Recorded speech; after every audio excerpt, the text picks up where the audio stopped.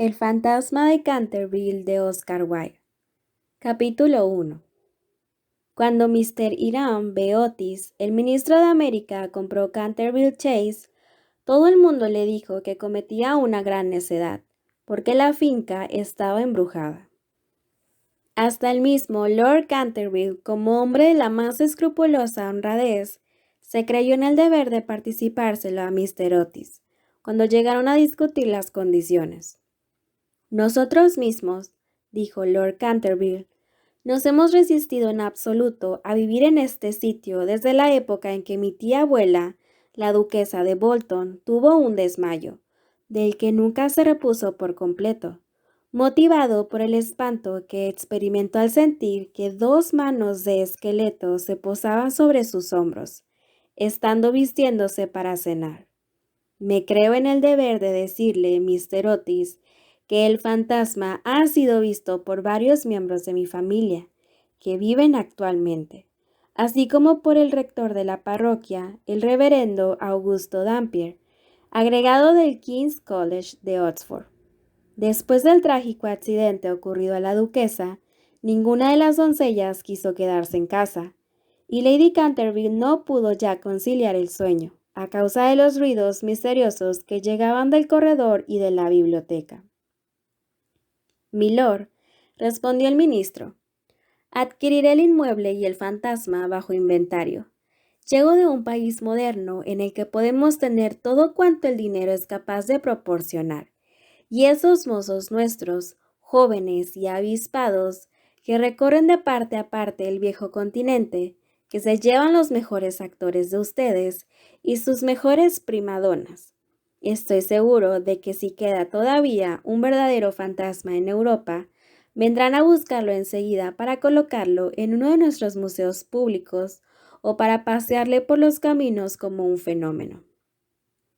El fantasma existe, me lo temo, dijo Lord Canterville sonriendo, aunque quizás se resista a las ofertas de los intrépidos empresarios de ustedes. Hace más de 3 siglos que se le conoce. Data con precisión de 1574 y no deja de mostrarse cuando está a punto de ocurrir alguna defunción en la familia. Bah, los médicos de cabecera hacen lo mismo, Lord Canterville. Amigo mío, un fantasma no puede existir y no creo que las leyes de la naturaleza admitan excepciones en favor de la aristocracia inglesa.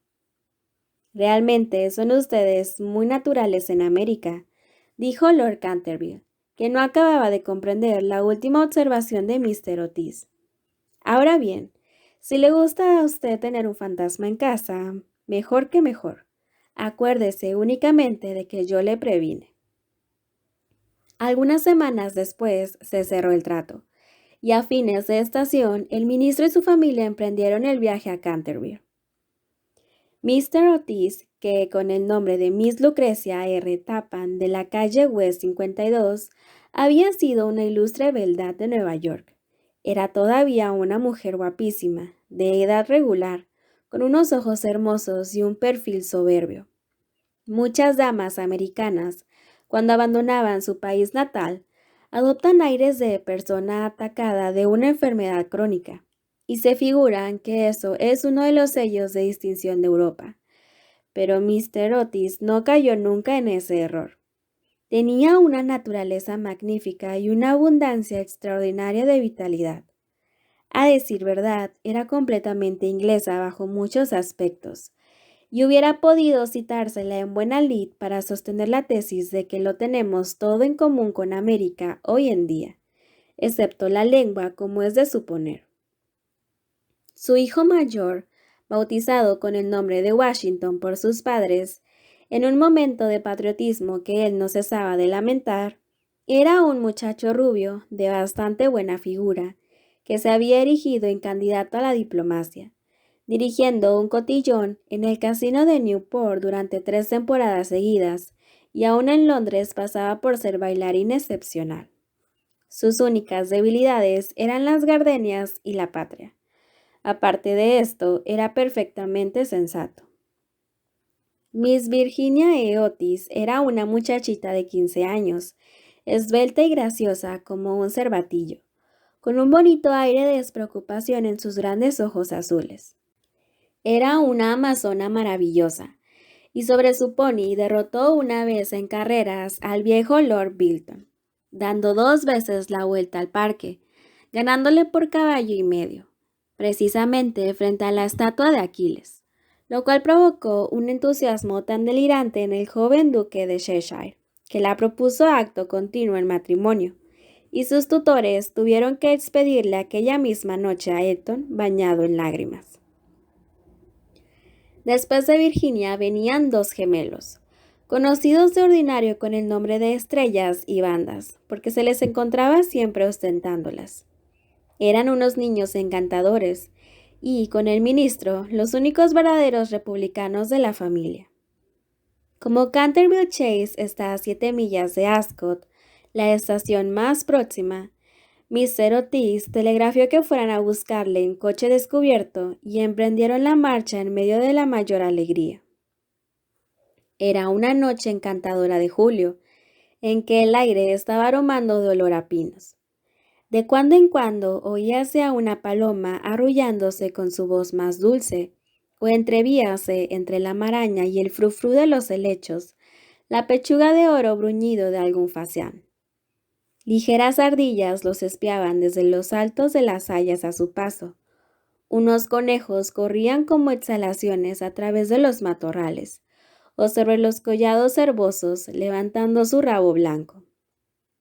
Sin embargo, no bien entraron a la avenida de Canterville Chase, el cielo se cubrió repentinamente de nubes.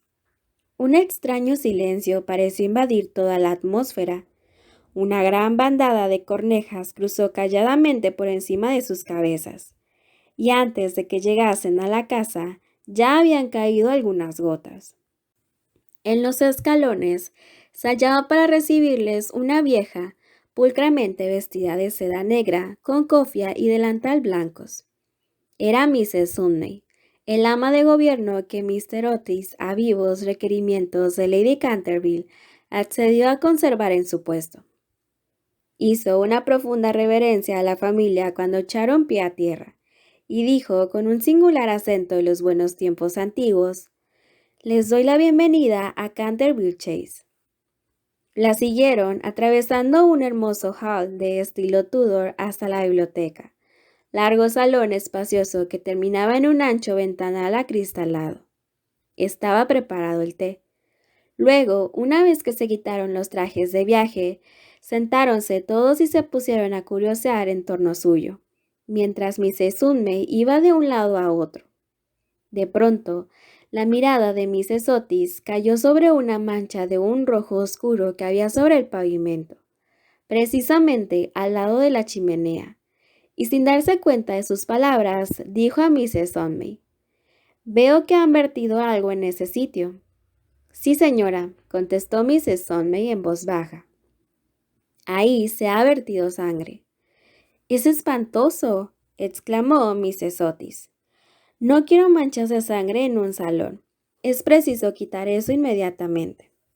La vieja sonrió y con la misma voz baja y misteriosa respondió: «Es sangre de Lady Leonor de Canterville, que fue muerta en ese mismo sitio por su propio marido, Sir Simon de Canterville, en 1565.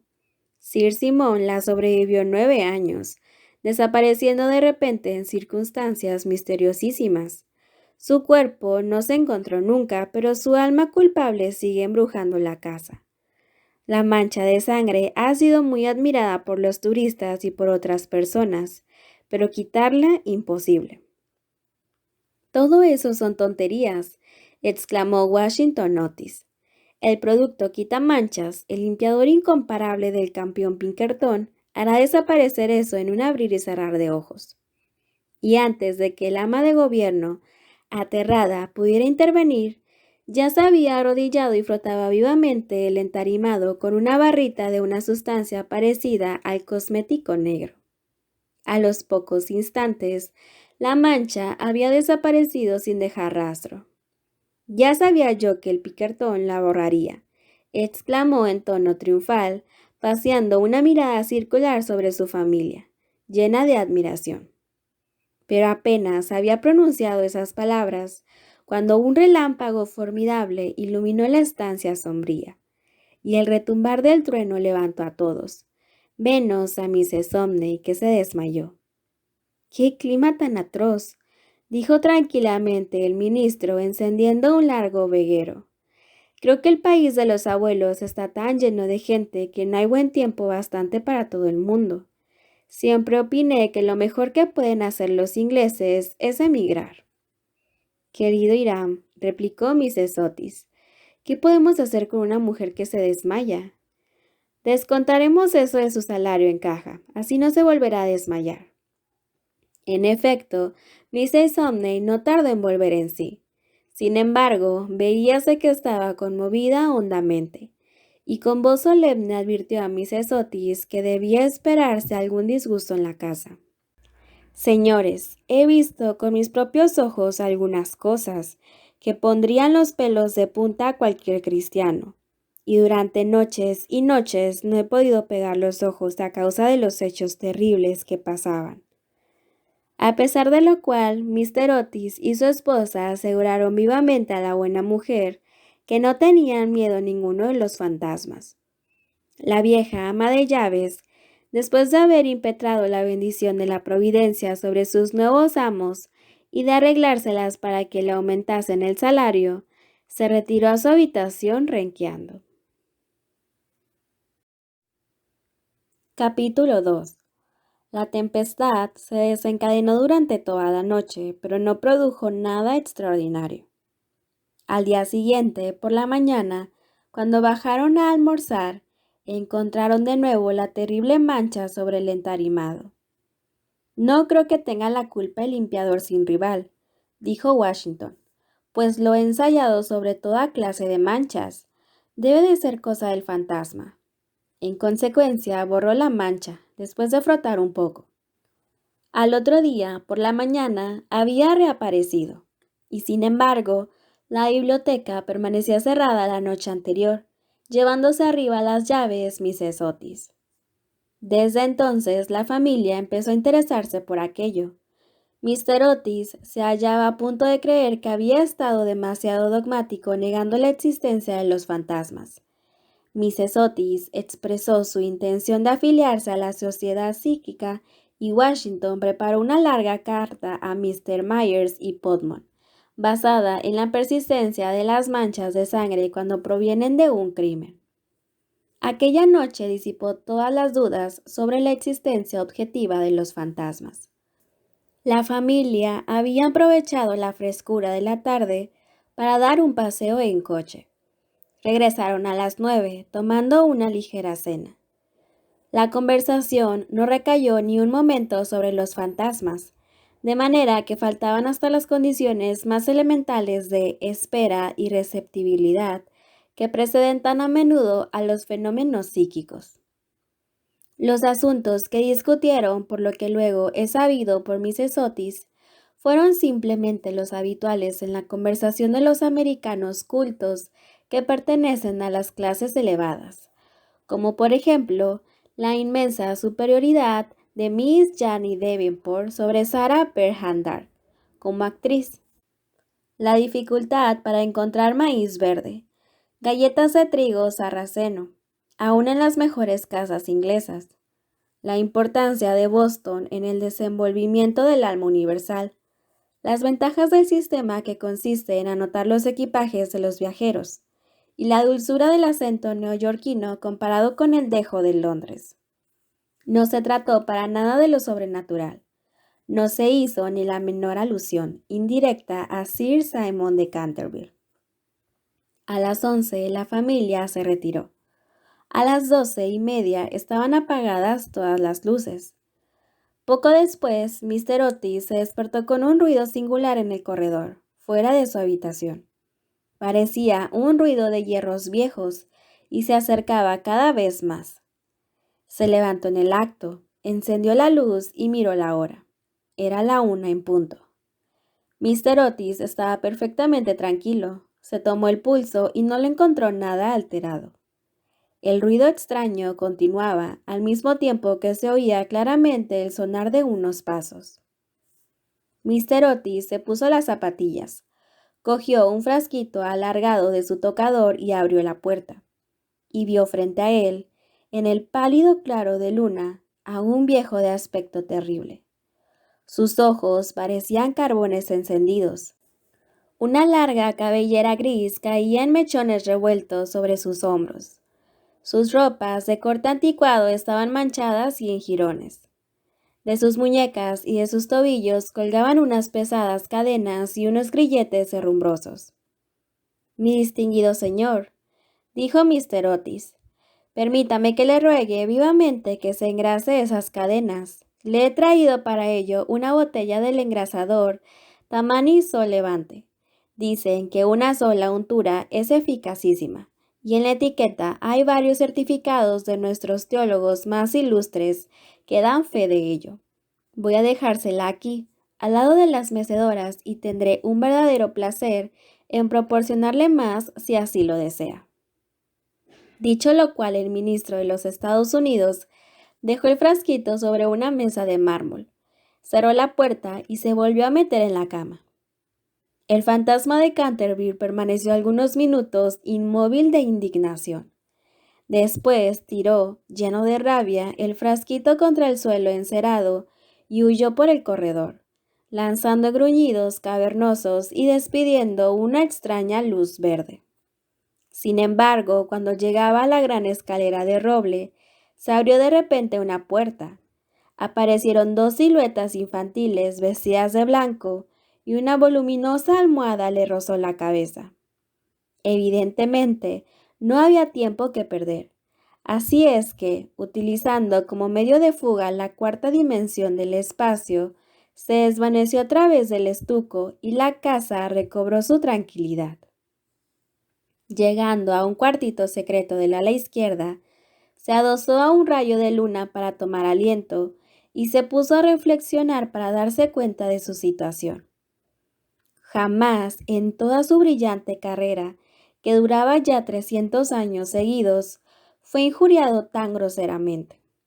Se acordó de la duquesa viuda, en quien provocó una crisis de terror, estando mirándose al espejo, cubierta de brillantes y de encajes, de las 4 doncellas a quienes había enloquecido, produciéndoles convulsiones histéricas, solo con hacerles visajes entre las cortinas de una de las habitaciones destinadas a invitados. Del rector de la parroquia, cuya vela apagó de un soplo cuando volvía el buen señor de la biblioteca a una hora avanzada, y que desde entonces se convirtió en mártir de toda clase de alteraciones nerviosas. De la vieja señora de Tremouac, que al despertarse a medianoche le vio sentado en un sillón al lado de la lumbre, en forma de esqueleto, entretenido en leer diario que redactaba ella de su vida, y que de resultas de la impresión tuvo que guardar cama durante 6 meses, víctima de un ataque cerebral. Una vez curada, se reconcilió con la Iglesia y rompió toda clase de relaciones con el señalado escéptico Monsieur de Voltaire. Recordó igualmente la noche terrible en que el bribón de Lord Canterville fue hallado agonizante en su tocador, con una sota de espadas hundida en la garganta, viéndose obligado a confesar que por medio de aquella carta había timado la suma de 10,000 libras a Carlos Foss en casa de Crockford, y juraba que aquella carta se la hizo tragar el fantasma. Todas sus grandes hazañas le volvían a la mente. Vio desfilar al mayordomo, que se levantó la tapa de los sesos por haber visto una mano verde tamborilear sobre los cristales, y la bella Lady Stephen, condenada a llevar alrededor del cuello un collar de terciopelo negro para tapar la señal de 5 dedos impresos como un hierro candente sobre su blanca piel, y que terminó por ahogarse en el vivero que había al extremo de la Avenida Real. Y, lleno del entusiasmo ególatra del verdadero artista, pasó revista a sus creaciones más célebres. Se dedicó una amarga sonrisa al evocar su última aparición en el papel de Rubén el Rojo o el Rorro estrangulado, su debut en el Given, el vampiro flaco de Páramo de Belly, y el furor que causó una tarde encantadora de junio solo con jugar a los bolos con sus propios huesos sobre el campo de hierba del lawn tenis. ¿Y todo para qué? Para que unos miserables americanos le ofreciesen el engrasador marca Solevent y le tirasen almohadas a la cabeza. Era realmente intolerable. Además, la historia nos enseña que jamás fue tratado ningún fantasma de aquella manera. Llegó a la conclusión de que era preciso tomarse la revancha y permaneció hasta el amanecer en actitud de profunda meditación. Capítulo 3. Cuando la mañana siguiente el almuerzo reunió a la familia Otis, se discutió extensamente acerca del fantasma. El ministro de los Estados Unidos estaba, como era natural, un poco ofendido viendo que su ofrecimiento no había sido aceptado. No quisiera en modo alguno injuriar personalmente al fantasma, dijo, y reconozco que, dada la larga duración de su estancia en la casa, no era nada cortés tirarle una almohada a la cabeza. Siento tener que decir que esta observación tan justa provocó una explosión de risa en los gemelos. Pero, por otro lado, prosiguió Mr. Otis, si se empeña, sin más ni más, en no hacer uso del engrasador marca Sol Levante, nos veremos precisados a quitarle las cadenas. No habría manera de dormir con todo ese ruido a la puerta de las alcobas. Pero, sin embargo, en el resto de la semana no fueron molestados. Lo único que les llamó la atención fue la reparación continua de la mancha sangre sobre el parquet de la biblioteca. Era realmente muy extraño, tanto más cuanto que Mrs. Otis cerraba la puerta con llave por la noche, igual que las ventanas. Los cambios de color que sufría la mancha, comparables a las de un camaleón, produjeron asimismo frecuentes comentarios en la familia. Una mañana era de un rojo oscuro, casi violáceo. Otras veces era vermellón, luego de un púrpura espléndido. Y un día, cuando bajaron a rezar, según los ritos sencillos de la Libre Iglesia Episcopal Reformada de América, la encontraron de un hermoso verde esmeralda. Como era natural, estos cambios caleidoscopios divirtieron grandemente a la reunión y hacíanse apuestas todas las noches con entera tranquilidad. La única persona que no tomó parte en la broma fue la joven Virginia. Por razones ignoradas, sentíase siempre impresionada ante la mancha de sangre, y estuvo a punto de llorar la mañana que apareció verde esmeralda. El fantasma hizo su aparición el domingo por la noche.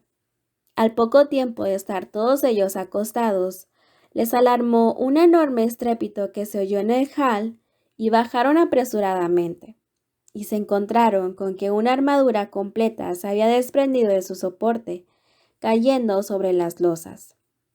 Cerca de allí, sentado en un sillón de alto respaldo, el fantasma de Canterville se restregaba las rodillas, con una expresión de agudo dolor sobre su rostro. Los gemelos, que se habían provisto de sus cañas de majuelos, le lanzaron inmediatamente 2 huesos, con esa seguridad de puntería que solo se adquiere a fuerza de largos y pacientes ejercicios sobre el profesor de la caligrafía. Mientras tanto, el ministro de los Estados Unidos mantenía al fantasma bajo la amenaza de su revólver, y conforme a la etiqueta californiana, le instaba a levantar los brazos. El fantasma se alzó bruscamente, lanzando un grito de furor salvaje, y se disipó en medio de ellos como una niebla, apagando de paso la vela de Washington Otis y dejándolos a todos en la mayor oscuridad. Cuando llegó a lo alto de la escalera, una vez dueño de sí, se decidió a lanzar su célebre repique de carcajadas satánicas. Contaba la gente que aquello hizo encanecer en una sola noche el peluquín de Lord Raker, y que no necesitaron más de 3 sucesivas amas de gobierno para decidirse a dimitir antes de terminar el primer mes en su encargo. Por consiguiente, lanzó una carcajada más horrible, despertando paulatinamente los ecos en las antiguas bóvedas, pero apagados estos, se abrió una puerta y apareció, vestida de azul claro, Mrs. Otis. «Me temo», dijo la dama, «que esté usted indispuesto, y aquí le traigo un frasco de la tintura del doctor Dobell. Si se trata de una indigestión, eso le sentará bien». El fantasma la miró con ojos llameantes de furor y se creyó en el deber de metamorfosearse en un gran perro negro. Era un truco que le había dado una reputación merecísima y al cual atribuía la idiotez incurable del tío de Lord Canterville, el honorable Thomas Horton. Pero un ruido de pasos que se acercaban le hizo vacilar en su cruel determinación, y se contentó con volverse un poco fosforescente. Enseguida se desvaneció, después de lanzar un gemido sepulcral, porque los gemelos iban a darle alcance. Una vez en su habitación, sintióse destrozado, presa de la agitación más violenta. La ordinariez de los gemelos, el grosero materialismo de Mrs. Otis, todo aquello resultaba realmente vejatorio, pero lo que más le humillaba era no tener ya fuerzas para llevar una armadura. Contaba con hacer impresión, aun en unos americanos modernos, con hacerles estremecer a la vista de un espectro acorazado, ya que no por motivos razonables, al menos por deferencia hacia su poeta nacional, Longfellow, cuyas poesías, delicadas y atrayentes, habían ayudado con frecuencia a matar el tiempo, mientras los Canterville estaban en Londres. Además, era su propia armadura. La llevó con éxito en el torneo de Kenilworth, siendo felicitado calurosamente por la reina virgen en persona. Pero cuando quiso ponérsela, quedó aplastado por completo con el peso de la enorme coraza y del yelmo de acero, y se desplomó pesadamente sobre las losas piedras, despellejándose las rodillas y contusionándose la muñeca derecha. Durante varios días estuvo malísimo y no pudo salir de su morada más que lo necesario para mantener en buen estado la mancha de sangre. No obstante, lo cual, a fuerza de cuidados, acabó por restablecerse y decidió hacer una tercera tentativa para aterrorizar al ministro de los Estados Unidos y a su familia. Eligió para su reaparición en escena el viernes 17 de agosto, consagrando gran parte del día a pasar revista a sus trajes. Su elección recayó al fin en un sombrero de ala levantada por un lado y caída del otro, con una pluma roja, en un sudario deshilachado por las mangas y el cuello, y por último en un puñal mohoso. Al atardecer estalló una gran tormenta. El viento era tan fuerte que sacudía y cerraba violentamente las puertas y ventanas de la vetusta casa. Realmente aquel era el tiempo que le convenía. He aquí lo que pensaba hacer. Iría sigilosamente a la habitación de Washington Otis.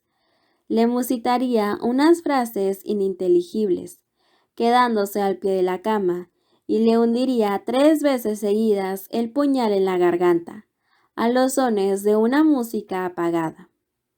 Odiaba sobre todo a Washington, porque sabía perfectamente que era él quien acostumbraba a quitar la famosa mancha de sangre de Canterville, empleando el limpiador incomparable de Pinkerton. Después de reducir al temerario, al despreocupado joven, entraría en la habitación que ocupaba el ministro de los Estados Unidos y su mujer. Una vez allí, colocara una mano viscosa sobre la frente de Mrs. Otis y al mismo tiempo murmuraría con voz sorda al oído del ministro tembloroso los secretos terribles del osario. En cuanto a la pequeña Virginia, aún no tenía decidido nada. No la había insultado nunca. Era bonita y cariñosa. Unos cuantos gruñidos sordos que saliesen del armario le parecían más que suficientes. Y si no bastaban para despertarla, llegaría hasta tirarla de la puntita de la nariz con sus dedos rígidos por la parálisis. A los gemelos estaba resuelto a darles una lección. Lo primero que haría sería sentarse sobre sus pechos, con el objeto de producirles la sensación de pesadilla. Luego, aprovechando que sus camas estaban muy juntas, se alzaría en el espacio libre entre ellas, con el aspecto de un cadáver verde y frío como el hielo, hasta que se quedaran paralizados de terror. Enseguida, tirando bruscamente su sudario, daría la vuelta al dormitorio en 4 patas como un esqueleto blanqueado por el tiempo, moviendo los ojos de sus órbitas en su creación de Daniel el Mudo o el esqueleto del suicida, papel en el cual hizo un gran efecto en varias ocasiones. Creía estar tan bien en este como en su otro papel de Martín el Demente o el misterioso enmascarado. A las 10:30 oyó subir a la familia a acostarse. Durante algunos instantes le inquietaron las tumultuosas carcajadas de los gemelos que se divertían evidentemente con su loca alegría de colegiales, antes de meterse en la cama. Pero a las 11:15 todo quedó nuevamente en silencio, y cuando sonaron las 12 se puso en camino. La lechuza chocaba contra los cristales de la ventana. El cuervo cracitaba en el hueco de un tejo centenario y el viento gemía vagando alrededor de la casa como un alma en pena. Pero la familia Otis dormía sin sospechar la suerte que le esperaba. Oía con toda claridad los ronquidos regulares del ministro de los Estados Unidos, que dominaban el ruido de la lluvia y de la tormenta. Se deslizó furtivamente a través del estuco. Una sonrisa perversa se dibujaba sobre su boca cruel y arrugada, y la luna escondió su rostro tras una nube cuando pasó delante de la gran ventana ojival, sobre la que estaban representadas en azul y oro sus propias armas y las de su esposa asesinada. Seguía andando siempre, deslizándose como una sombra funesta que parecía hacer retroceder de espanto a las mismas tinieblas en su camino. En un momento dado, le pareció oír que alguien le llamaba. Se detuvo, pero era tan solo un perro que ladraba en la granja roja. Prosiguió su marcha, refunfuñando extraños juramentos del siglo XVI y blandiendo de cuando en cuando el puñal enmohecido en el aire de medianoche. Por fin llegó a la esquina del pasillo que conducía a la habitación de Washington. Allí hizo una breve parada. El viento agitaba en torno de su cabeza sus largos mechones grises y ceñía en pliegues grotescos y fantásticos el horror indecible del fúnebre sudario. Sonó entonces el cuarto en el reloj. Comprendió que había llegado el momento. Se dedicó una risotada y dio la vuelta a la esquina, pero apenas lo hizo retrocedió, lanzando un gemido lastimero de terror y escondiendo su cara lívida entre sus largas manos huesosas. Frente a él había un horrible espectro, inmóvil como una estatua, monstruoso como la pesadilla de un loco. La cabeza del espectro era pelada y reluciente, su faz redonda, carnosa y blanca. Una risa horrorosa parecía retorcer sus rasgos en una mueca eterna. Por los ojos brotaba a oleadas una luz escarlata. La boca tenía el aspecto de un ancho pozo de fuego y una vestidura horrible, como la de él, como la del mismo Simon, envolvía con su nieve silenciosa aquella forma gigantesca. Sobre el pecho tenía colgado un cartel con una inscripción en caracteres extraños y antiguos. Quizá era un rótulo infame, donde estaban escritos delitos espantosos, una terrible lista de crímenes. Tenía, por último, en su mano derecha, una cimitarra de acero resplandeciente. Como no había visto nunca fantasmas hasta aquel día, sintió un pánico terrible. Y, después de lanzar a toda prisa una segunda mirada sobre el monstruo atroz, regresó a su habitación, trompicando en el sudario que le envolvía. Cruzó la galería corriendo y acabó por dejar caer el puñal enmohecido en las botas de montar del ministro, donde lo encontró el mayordomo al día siguiente. Una vez refugiado en su retiro, se desplomó sobre un reducido catre de tijera, tapándose la cabeza con las sábanas. Pero al cabo de un momento, el valor indomable de los antiguos Canterville se despertó en él y tomó la resolución de hablar al otro fantasma en cuanto amaneciese. Por consiguiente, no bien el alma plateó las colinas con su contacto, volvió al sitio en que había visto por primera vez al horroroso fantasma. Pensaba que, después de todo, dos fantasmas valían más que uno solo, y que con ayuda de su nuevo amigo podría contender victoriosamente con los gemelos. Pero cuando llegó al sitio, hallóse en presencia de un espectáculo terrible. Sucedíale algo indudablemente al espectro, porque la luz había desaparecido por completo de sus órbitas. La cimitarra centelleante se había caído de su mano y estaba recostado sobre la pared en una actitud forzada e incómoda. Simon se precipitó hacia adelante y lo cogió en sus brazos, pero cuál no sería su terror viendo despegarse la cabeza y rodar por el suelo, mientras el cuerpo tomaba la posición supina y notó que abrazaba una cortina blanca de lienzo grueso, y que yacían a sus pies una escoba, un machete de cocina y una calabaza vacía. Sin poder comprender aquella curiosa transformación, cogió con una mano febril el cartel, leyendo a la claridad grisácea de la mañana estas palabras terribles. He aquí el fantasma Otis, el único espíritu auténtico y verdadero. Desconfiad de las imitaciones. Todos los demás están falsificados. Y la entera verdad se le apareció como un relámpago.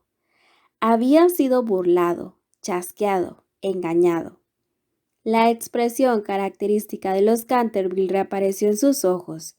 Apretó las mandíbulas desdentadas y, levantando por encima de su cabeza sus manos amarillas, juró, según el ritual pintoresco de la antigua escuela, que cuando el gallo tocara por 2 veces el cuerno de su alegre llamada, se consumarían sangrientas hazañas y el crimen de callado paso saldría de su retiro.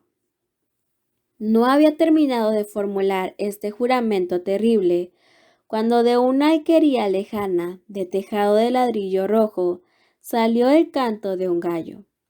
Lanzó una larga risotada, lenta y amarga, y esperó. Esperó una hora, y después otra, pero por alguna razón misteriosa no volvió a cantar el gallo.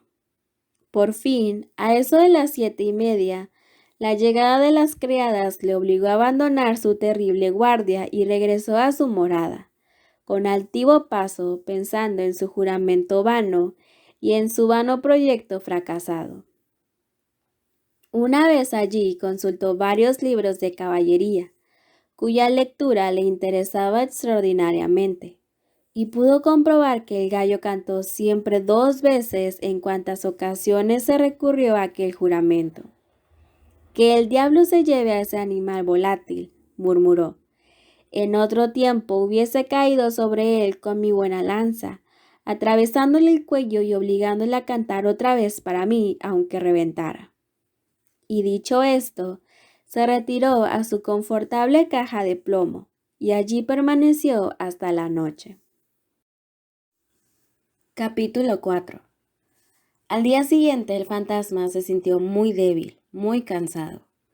Las terribles emociones de las 4 últimas semanas empezaban a producir su efecto. Tenía el sistema nervioso completamente alterado y temblaba al más ligero ruido. No salió de su habitación en 5 días y concluyó por hacer una concesión en lo relativo a la mancha de sangre del parquet de la biblioteca. Puesto que la familia Otis no quería verla, era indudablemente que no la merecía.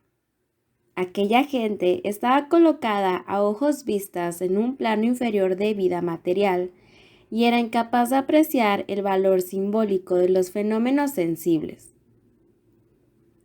La cuestión de las apariciones de fantasmas y el desenvolvimiento de los cuerpos astrales era realmente para ellos cosa desconocida e indiscutiblemente fuera de su alcance. Pero por lo menos constituía para él un deber ineludible mostrarse en el corredor una vez a la semana y farfullar por la gran ventana ojival el primero y el tercer miércoles de cada mes. No veía ningún medio digno de sustraerse a aquella obligación. Verdad es que su vida fue muy criminal, pero quitado eso, era un hombre muy concienzudo en todo cuanto se relacionaba con lo sobrenatural. Así pues, los 3 sábados siguientes atravesó, como de costumbre, el corredor entre 12 de la noche y 3 de la madrugada, tomando todas las precauciones posibles para no ser visto ni oído. Se quitaba las botas, pisaba lo más ligeramente que podía sobre las viejas maderas carcomidas, envolvíase en una gran capa de terciopelo negro y no dejaba de usar el engrasador solevante para engrasar sus cadenas. Me veo precisado a reconocer que solo después de muchas vacilaciones se decidió a adoptar este último medio de protección. Pero al fin, una noche, mientras cenaba la familia, se deslizó en el dormitorio de Mrs. Otis y se llevó el frasquito. Al principio se sintió un poco humillado, pero después fue suficientemente razonable para comprender que aquel invento merecía grandes elogios y cooperaba, en cierto modo, a la realización de sus proyectos. A pesar de todo, no se vio cubierto de matracas. No dejaba nunca de tenderle cuerdas de lado a lado del corredor para hacer tropezar en la oscuridad. Y una vez que se había disfrazado para el papel de Isaac el Negro o el cazador del bosque de Huxley, cayó cuán largo era al poner el pie sobre una pista de madera enjabonada que habían colocado los gemelos desde el umbral de tapices hasta la parte alta de la escalera de roble. Esta última afrenta le dio tal rabia que decidió hacer un esfuerzo para imponer su dignidad y consolidar su posición social, y formó el proyecto de visitar a la noche siguiente a los insolentes chicos de Eton, en su célebre papel de Ruperto el Temerario o el Conde sin Cabeza.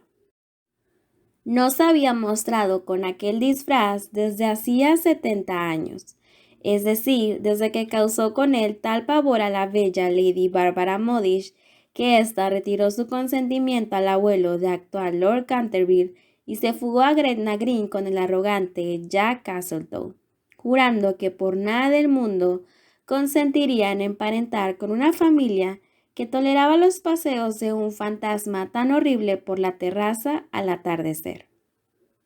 El pobre Jack fue al poco tiempo muerto en duelo por Lord Canterville en la pradera de Wandsworth, y Lady Bárbara murió de pena en Tunbridge Wells antes de terminar el año. Así es que fue un gran éxito por todos conceptos. Sin embargo, era permitiéndome emplear un término de argot teatral para aplicarlo a uno de los mayores misterios del mundo sobrenatural, o el lenguaje más científico, del mundo superior a la naturaleza, era, repito, una creación de las más difíciles, y necesitó sus 3 buenas horas para terminar los preparativos. Por fin todo estuvo listo, y él contentísimo de su disfraz. Las grandes botas de montar que hacían juego con el traje eran, eso sí, un poco holgadas para él, y no pudo encontrar más que una de las 2 pistolas del arzón. Pero en general quedó satisfecho y a la 1:15 pasó a través del estuco y bajó a corredor.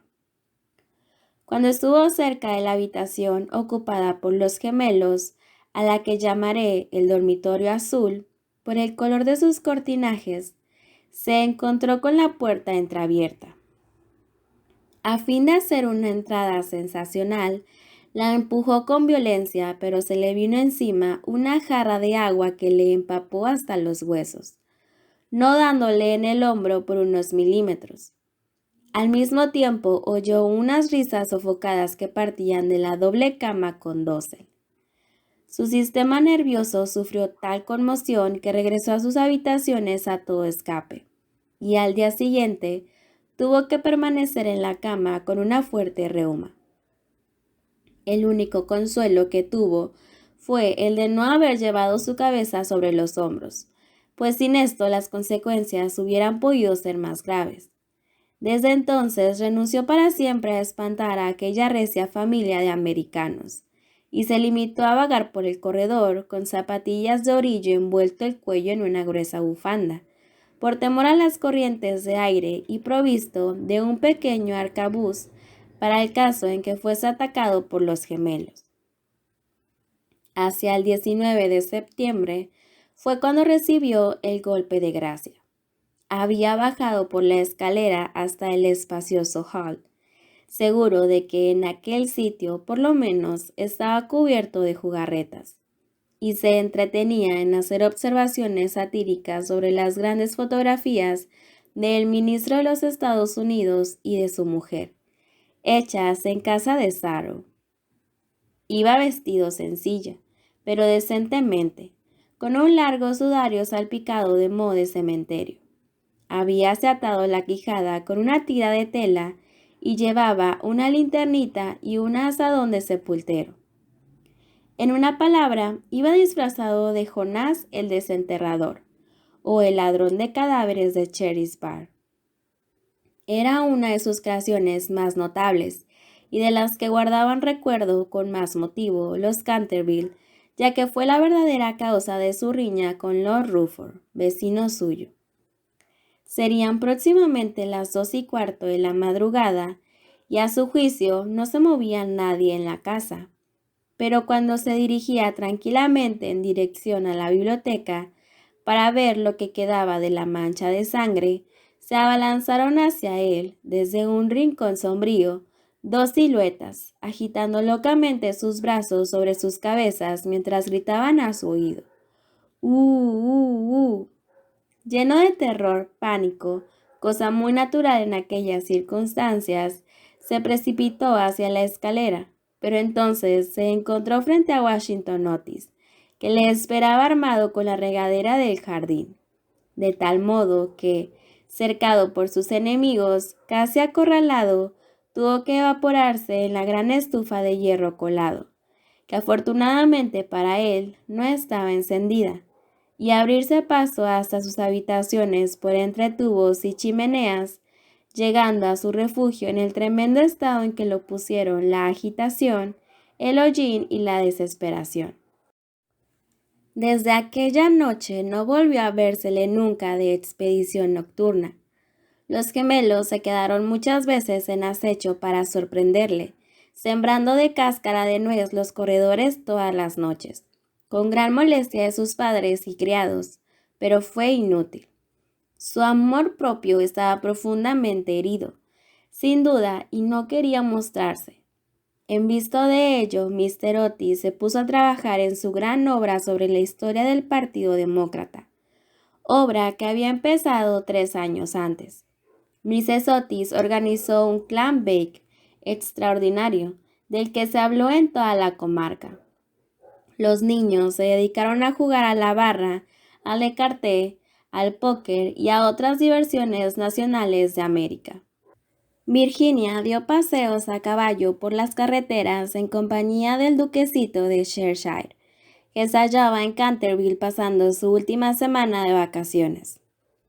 Todo el mundo se figuraba que el fantasma había desaparecido, hasta el punto que Mr. Otis escribió una carta a Lord Canterville para comunicárselo, y recibió en contestación otra carta en la que éste le testimoniaba el placer que le producía la noticia, y enviaba sus más sinceras felicitaciones a la digna esposa del ministro. Pero los Otis se equivocaban. El fantasma seguía en la casa, y aunque se hallaba muy delicado, no estaba dispuesto a retirarse, sobre todo después de saber que figuraba entre los invitados el duquesito de Cheshire, cuyo tío, Lord Francis Stilton, apostó una vez con el coronel Carbury a que jugaría los dados con el fantasma de Canterville. A la mañana siguiente se encontraron a Lord Stilton tendido sobre el suelo del salón de juego en un estado de parálisis tal que, a pesar de la edad avanzada que alcanzó, no pudo ya nunca pronunciar más palabras que estas. 6 doble. Esta historia era muy conocida en un tiempo, aunque en atención a los sentimientos de dos familias nobles, se hiciera todo lo posible por ocultarla. Y existe un relato detallado de todo lo referente a ella en el tomo tercero de Las Memorias de Lord Tuttle sobre el príncipe regente y sus amigos. Desde entonces, el fantasma deseaba vivamente probar que no había perdido su influencia sobre los Stilton, con los que además estaba emparentado por matrimonio, pues una prima suya se casó en segundas nupcias con el señor Bulkeley, del que descienden en línea directa, como todo el mundo sabe, los duques de Cheshire. Por consiguiente, hizo sus preparativos para mostrarse al pequeño enamorado de Virginia en su famoso papel de fraile vampiro o el benedictino desangrado. Era un espectáculo espantoso que cuando la vieja Lady Starbury se lo vio representar, es decir, en víspera del Año Nuevo de 1764, empezó a lanzar chillidos agudos, que tuvieron por resultado un fuerte ataque de apoplejía y su fallecimiento al cabo de 3 días, no sin que desheredara antes a los Canterville y legase todo su dinero a su farmacéutico en Londres.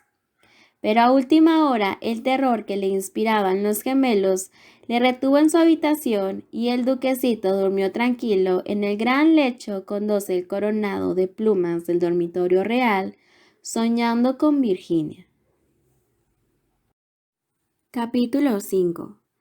Virginia y su adorador de cabello rizado dieron, unos días después, un paseo a caballo por los prados de Buckley. Paseo en el que ella desgarró su vestido de amazona al saltar un seto, de tal manera que, de vuelta a su casa, entró por la escalera de detrás para que no la viesen. Al pasar corriendo por delante de la puerta del salón de tapices, que estaba abierta de par en par, le pareció ver a alguien dentro. Pensó que sería la doncella de su madre que iba con frecuencia a trabajar en esa habitación. Asomó la cabeza para encargarle que le cosiese el vestido. Pero, con gran sorpresa suya, quien allí estaba era el fantasma de Canterville en persona. Habíase acomodado ante la ventana, contemplando el oro llameante de los árboles amarillentos que revoloteaban por el aire, las hojas enrojecidas que bailaban locamente a lo largo de la gran avenida. Tenía la cabeza apoyada en una mano, y toda su actitud revelaba el desaliento más profundo. Realmente presentaba un aspecto tan abrumado, tan abatido, que la pequeña Virginia, en vez de ceder a su primer impulso, que fue echar a correr, encerrarse en su cuarto, se sintió llena de compasión, y tomó el partido de ir a consolarle. Tenía la muchacha un paso tan ligero y él una melancolía tan honda que no se dio cuenta de su presencia hasta que le habló. «Lo he sentido mucho por usted», dijo. «Pero mis hermanos regresan mañana a Eton y entonces, si se porta usted bien, nadie le atormentará». «Es inconcebible pedirme que me porte bien», le respondió, contemplando estupefacto a la jovencita que tenía la audacia de dirigirle la palabra. «Perfectamente inconcebible. Es necesario que yo sacuda mis cadenas, que gruña por los agujeros de las cerraduras y que corretee de noche. ¿Eso es lo que usted llama portarse mal? No tengo otra razón de ser». «Eso no es una razón de ser. En sus tiempos fue usted muy malo, ¿sabe? Mrs. Omni nos dijo al día que llegamos que usted mató a su esposa». «Sí, lo reconozco», respondió incautamente el fantasma. «Pero era un asunto de familia y nadie tenía que meterse». «Está muy mal matar a nadie», dijo Virginia, que a veces adoptaba un bonito gesto de gravedad puritana, heredado quizás de algún antepasado venido de Nueva Inglaterra. «Oh, no puedo sufrir tal severidad barata de la moral abstracta. Mi mujer era feísima, no almidonaba nunca lo bastante mis puños y no sabía nada de cocina. Mire usted, Un día había yo cazado un soberbio ciervo en los bosques de Hotsley, un hermoso macho de 2 años, pues no puede usted figurarse cómo me lo sirvió. Pero en fin, dejemos eso. Es asunto liquidado, y no encuentro nada bien que sus hermanos me dejasen morir de hambre, aunque yo la matase. ¿Que lo dejaron morir de hambre? Oh, señor fantasma, don Simón, quiero decir, ¿es que tiene usted hambre? Hay un sándwich en mi costurero, ¿le gustaría? No, gracias, ahora ya no como, pero de todos modos lo encuentro amabilísimo por su parte. Es usted bastante atenta que el resto de su horrible, arisca, ordinaria y ladrona familia.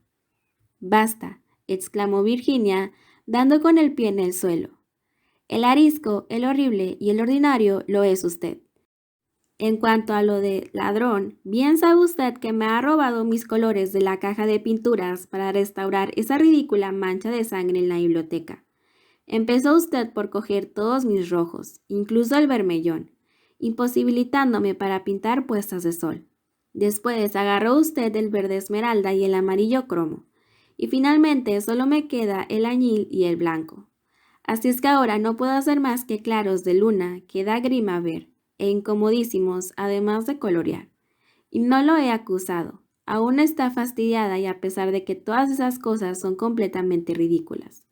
¿Se ha visto alguna vez sangre color verde esmeralda? Vamos a ver, dijo el fantasma con cierta dulzura. ¿Y qué yo iba a hacer? Es dificilísimo en los tiempos actuales agenciarse sangre de verdad, y ya que su hermano empezó con su quitamanchas incomparable, no veo por qué no iba yo a emplear los colores de usted para resistir. En cuanto al tono, es cuestión de gusto. Así, por ejemplo, los Canterville tienen sangre azul, la sangre más azul que existe en Inglaterra. Aunque ya sé que ustedes, los americanos, no hacen el menor caso de esas cosas. No sabe usted nada, y lo mejor que puede hacer es emigrar, y así se formará idea de algo. Mi padre tendrá un verdadero gusto en proporcionarle un pasaje gratuito, y aunque haya derecho de puertas elevadísimo sobre toda clase de cosas, no le pondrían dificultades en la aduana. Y una vez en Nueva York, puede usted contar con un gran éxito. Conozco infinidad de personas que darían $100,000 por tener antepasados y que sacrificarían mayor cantidad aún por tener un fantasma de familia. Creo que no me divertiría mucho en América. Quizá se deba a que allí no tenemos ni ruinas ni curiosidades, dijo burlonamente Virginia. ¿Qué curiosidades ni qué ruinas?, contestó el fantasma. Tienen ustedes su marina y sus modales. Buenas noches, voy a pedir a papá que conceda a los gemelos una semana más de vacaciones. No se vaya, Miss Virginia, se lo suplico, exclamó el fantasma. Estoy tan solo y soy tan desgraciado que no sé qué hacer. Quisiera ir a acostarme y no puedo. Pues es inconcebible, no tiene usted más que meterse en la cama y apagar la luz. Algunas veces es dificilísimo permanecer despierto, sobre todo en una iglesia, pero en cambio dormir es muy sencillo. Ya ve usted, los gemelos saben dormir admirablemente y no son de lo más listos. Hace 300 años que no duermo, dijo el anciano tristemente, haciendo que Virginia abriese mucho sus hermosos ojos azules, llenos de asombro. Hace ya 300 años que no duermo, así es que me siento cansadísimo.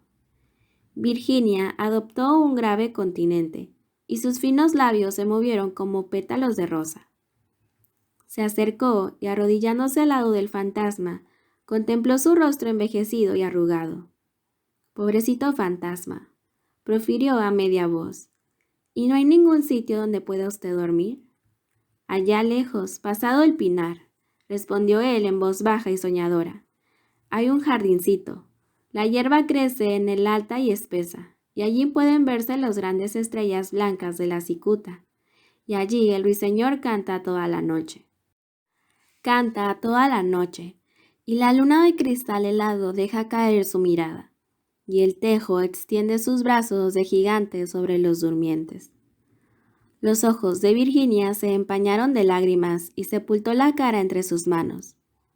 «¿Se refiere usted al jardín de la muerte?», murmuró. «Sí, de la muerte, que debe ser hermosa. Descansar en la blanda tierra oscura, mientras las hierbas se balancean encima de nuestra cabeza, y escuchar el silencio.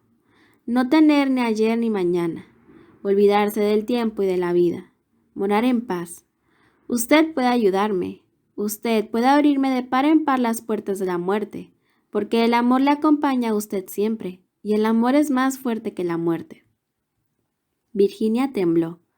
Un estremecimiento helado recorrió todo su ser y durante unos instantes hubo un gran silencio. Parecíale vivir un sueño terrible. Entonces el fantasma habló de nuevo con una voz que resonaba como los suspiros del viento. ¿Ha leído usted alguna vez la antigua profecía que hay sobre las vidrieras de la biblioteca? Oh, muchas veces, exclamó la muchacha levantando los ojos. La conozco muy bien. Está pintada con unas curiosas letras doradas y se lee con dificultad.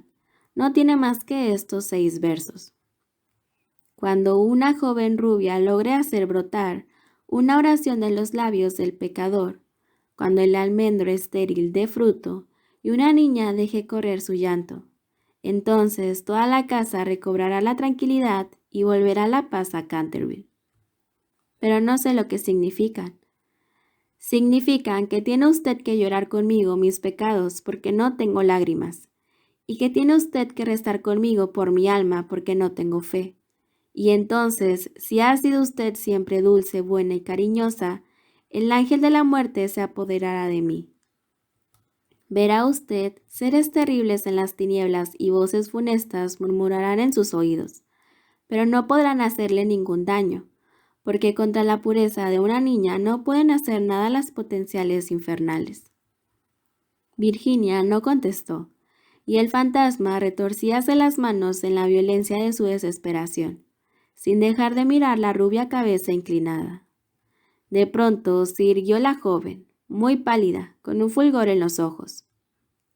No tengo miedo, dijo con voz firme, y rogaré al ángel que se apiade de usted.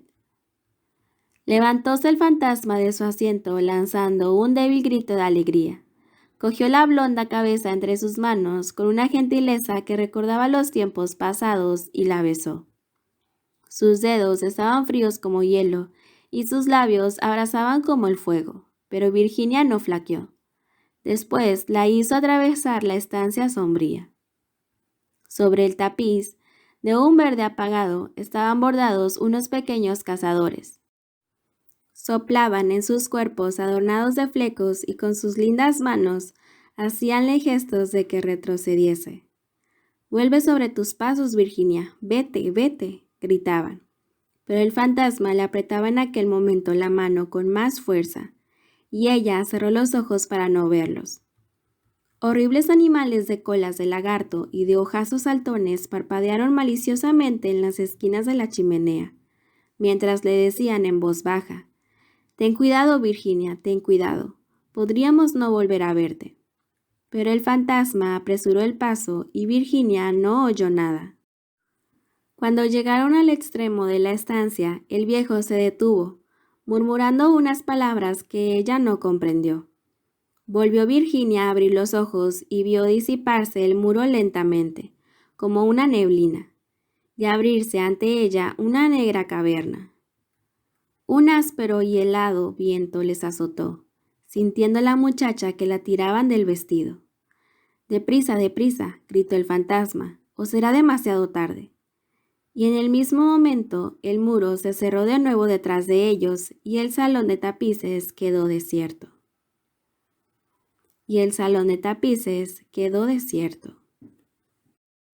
Capítulo 6.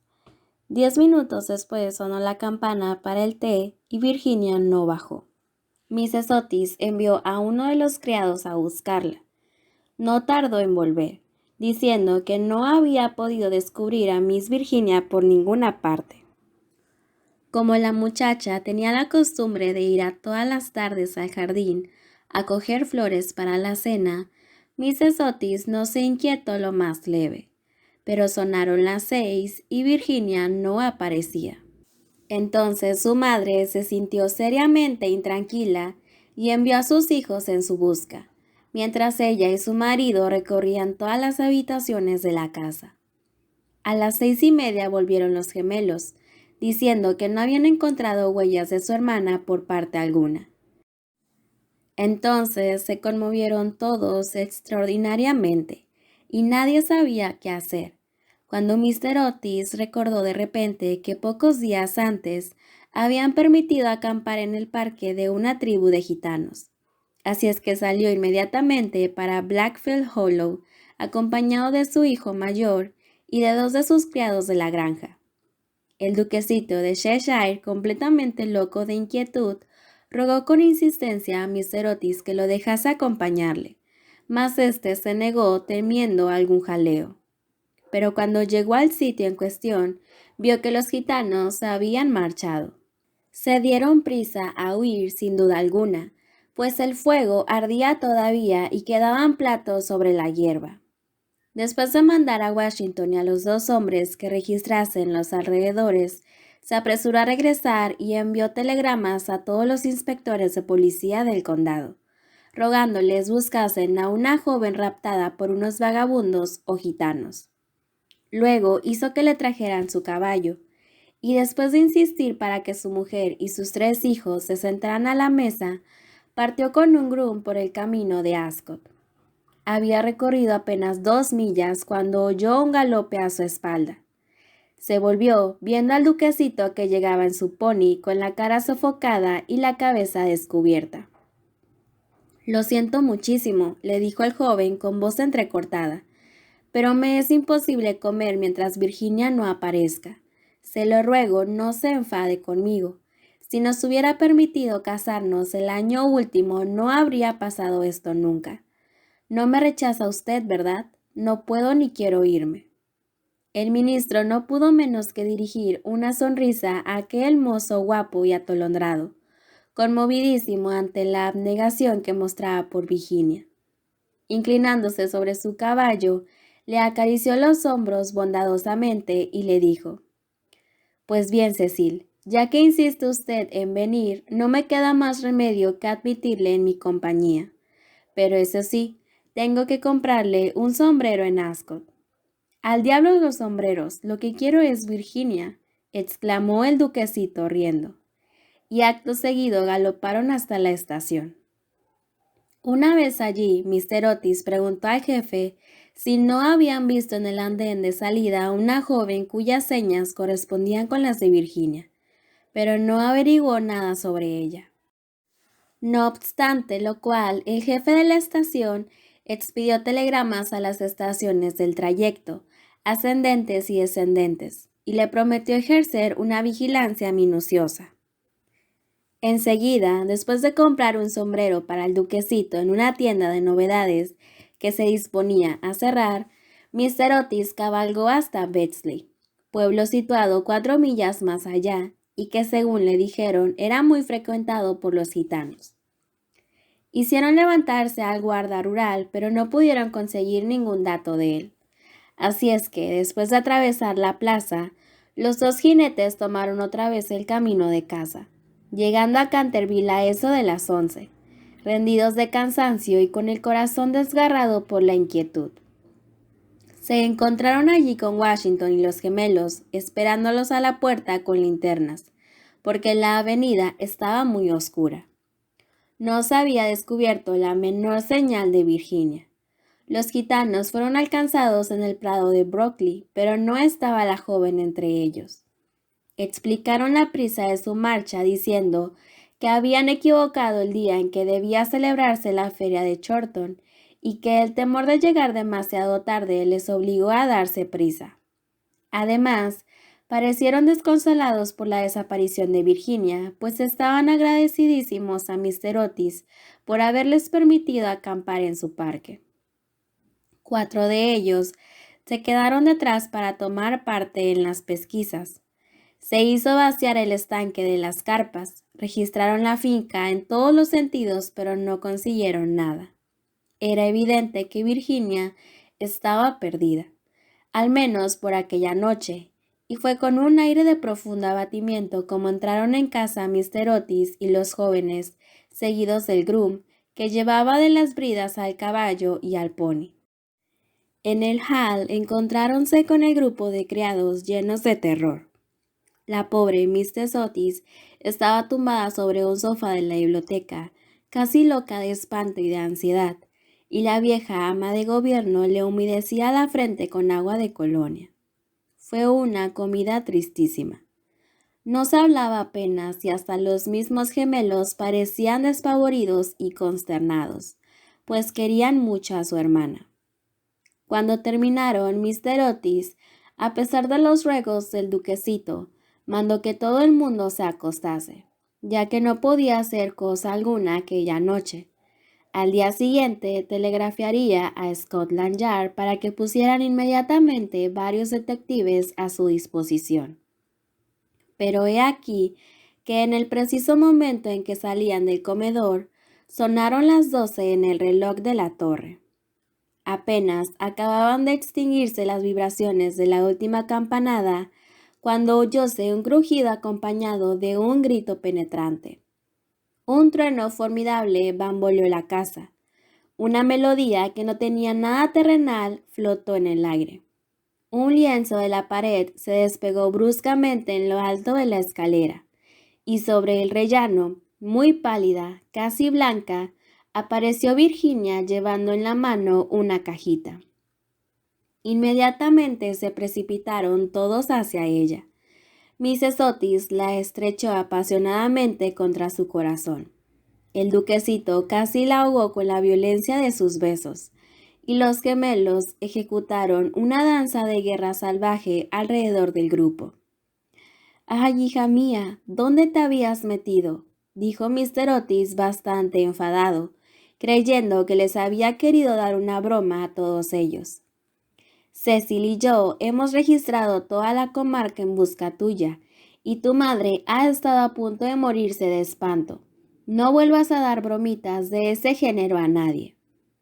«Menos al fantasma, gritaron los gemelos continuando sus cabriolas. «Hija mía querida, gracias a Dios que te hemos encontrado. Ya no nos volveremos a separar», murmuraba Mrs. Otis besando a la muchacha, toda trémula y acariciando sus cabellos de oro que se desparramaban sobre sus hombros. «Papá», dijo dulcemente Virginia, «estaba con el fantasma. Ha muerto ya. Es preciso que vayan a verle. Fue muy malo, pero se ha arrepentido sinceramente de todo lo que había hecho. Y antes de morir me ha dejado esta caja de hermosas joyas». Toda la familia la contempló muda y aterrada, pero ella tenía un aire muy solemne y muy serio. Enseguida, dando media vuelta, les precedió a través del hueco de la pared y bajaron a un corredor secreto. Washington los seguía llevando una vela encendida que cogió de la mesa.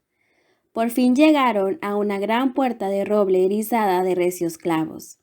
Virginia la tocó y entonces la puerta giró sobre sus goznes enormes y se hallaron en una habitación estrecha y baja, con el techo abovedado que tenía una ventanita. Junto a una gran argolla de hierro empotrada en el muro, con la cual estaba encadenado, veíase un largo esqueleto extendido cuán largo era sobre las losas. Parecía estirar sus dedos descarnados como intentando llegar a un plato y a un cántaro, de forma antigua, colocados de tal forma que no pudiese alcanzarlos. El cántaro había estado lleno de agua, indudablemente, pues tenía su interior tapizado de moho verde. Sobre el plato no quedaba más que un montón de polvo. Virginia se arrodilló junto al esqueleto y uniendo sus manitas se puso a rezar en silencio, mientras la familia contemplaba con asombro la horrible tragedia cuyo secreto acababa de ser revelado. «Atisa», exclamó de pronto uno de los gemelos, que había ido a mirar por la ventanita, queriendo adivinar de qué lado del edificio caía aquella habitación. «Atisa, el antiguo almendro que estaba seco ha florecido. Se ven admirablemente las hojas a la luz de la luna». «Dios le ha perdonado», dijo gravemente Virginia levantándose, y un magnífico resplandor parecía iluminar su rostro. «Eres un ángel», exclamó el duquesito, ciñéndole el cuello con sus brazos y besándola. Capítulo 7. 4 días después de estos curiosos sucesos, a eso de las 11 de la noche, salía un fúnebre cortejo de Canterville House. El carro iba arrastrado por 8 caballos negros, cada uno de los cuales llevaba adornada la cabeza con un gran penacho de plumas de avestruz que se balanceaban. La caja de plomo iba cubierto con un rico paño de púrpura, sobre el cual estaban bordadas en oro las armas de los Canterville.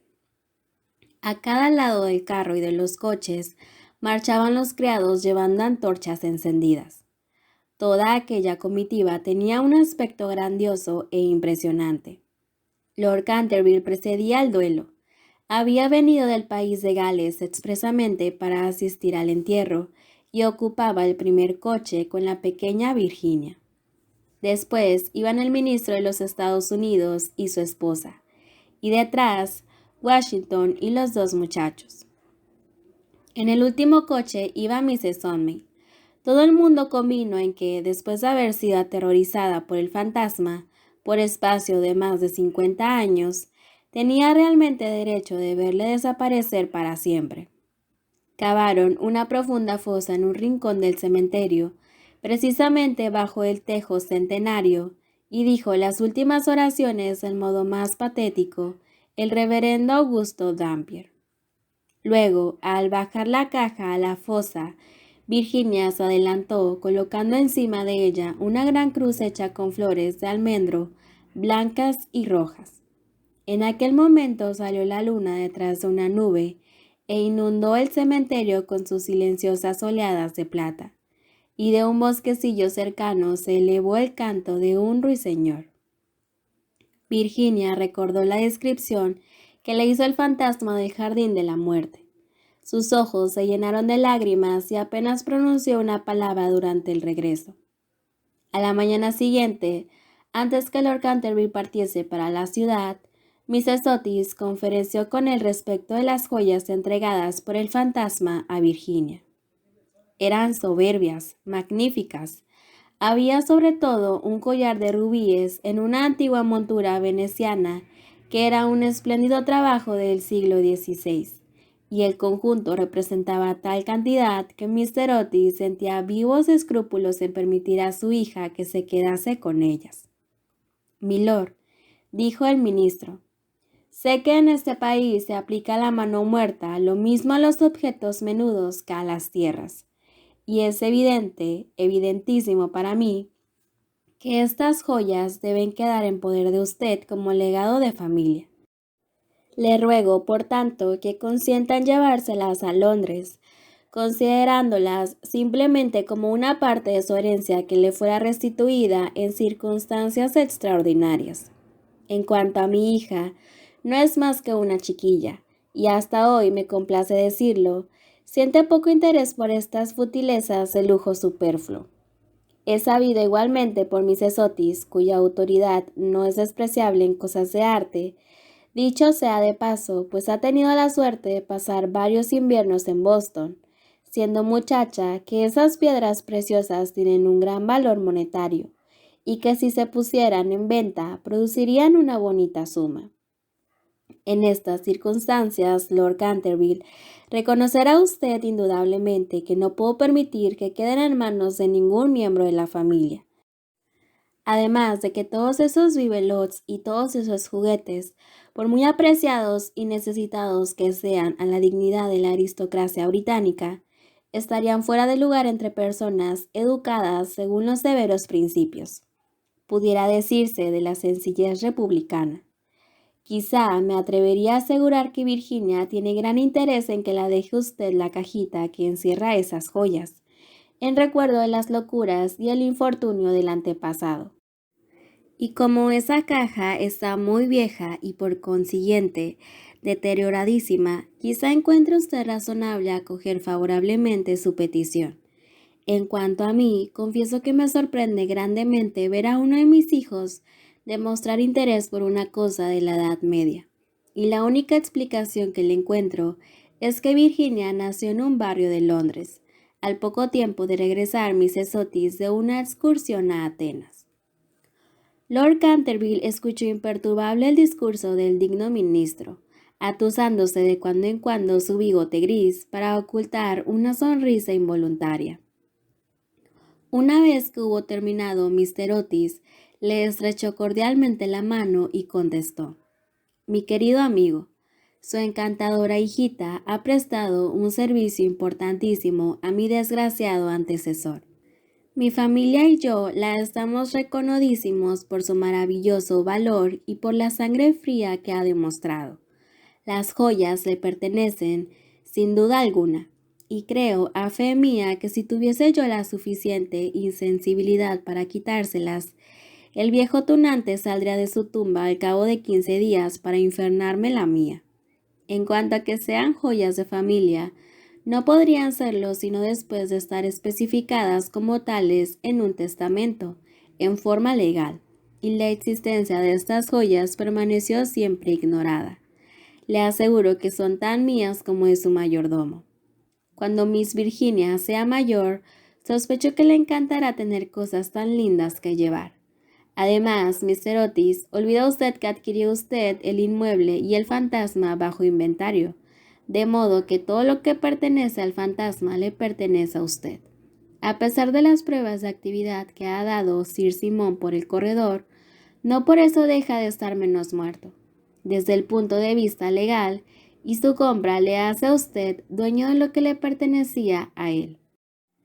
Mr. Otis se quedó muy preocupado ante la negativa de Lord Canterville y le rogó que reflexionara nuevamente su decisión, pero el excelente par se mantuvo firme y terminó por convencer al ministro de que aceptase el regalo del fantasma. Cuando en la primavera de 1890 la duquesita de Cheshire fue presentada por primera vez en la recepción de la reina, con motivo de su casamiento, sus joyas fueron motivo de general admiración, porque Virginia fue agraciada con el tortil o lambrequín de Baranoia, que se otorga como recompensa a todas las americanitas juiciosas, y se casó con su novio en cuanto éste tuvo edad para ello. Eran ambos tan agradables y se amaban de tal modo que a todo el mundo le encantó ese matrimonio, menos a la vieja marquesa de Dumbleton, que venía haciendo todo lo posible por atrapar al duquesito y casarle con una de sus 7 hijas. Para conseguirlo dio lo menos 3 grandes comidas costosísimas. Cosa rara, Mr. Otis sentía una gran simpatía personal por el duquesito, pero teóricamente era enemigo del particularismo y, según sus propias palabras, era de temer que, entre las influencias debilitantes de una aristocracia ávida de placer, fueran olvidados por Virginia los verdaderos principios de la sencillez republicana. Pero nadie hizo caso a sus observaciones, y cuando avanzó por la nave lateral de la iglesia de San Jorge, en Hanover Square, llevando a su hija del brazo, no había hombre más orgulloso en toda Inglaterra. Después de la luna de miel, el duque y la duquesa regresaron a Canterville Chase, y al día siguiente de su llegada, por la tarde, fueron a dar una vuelta por el cementerio solitario próximo al Pinar. Al principio le preocupó mucho lo relativo a la inscripción que debía grabarse sobre la losa fúnebre de Sir Simon, pero concluyeron por decidir que se pondrían simplemente las iniciales del viejo gentilhombre y los versos escritos en la ventana de la biblioteca. La duquesa llevaba unas rosas magníficas que esparramó sobre la tumba. Después de permanecer allí un rato, pasaron por las ruinas del claustro de la antigua abadía. La duquesa se sentó sobre una columna caída, mientras su marido, recostado a sus pies y fumando un cigarrillo, contemplaba sus lindos ojos. De pronto tiró el cigarrillo y, cogiéndole de una mano, le dijo: «Virginia, una mujer no debe tener secretos con su marido». «Y no los tengo, querido Cecil». «Sí los tienes», respondió sonriendo. «No me has dicho nunca lo que sucedió mientras estuviste encerrada con el fantasma». «Ni se lo he dicho a nadie», replicó gravemente Virginia. «Ya lo sé, pero bien me lo podrías decir a mí». «Cecil, te ruego que no me lo preguntes. No puedo realmente decírtelo. Pobre Sir Simon, le debo mucho». Sí, no te rías, Cecil. Le debo mucho realmente. Me hizo ver lo que es la vida, lo que significa la muerte y por qué el amor es más fuerte que la muerte. El duque se levantó para besar amorosamente a su mujer. Puedes guardar tu secreto mientras yo posea tu corazón, dijo a media voz. Siempre fue tuyo. Y se lo dirás algún día a nuestros hijos, ¿verdad?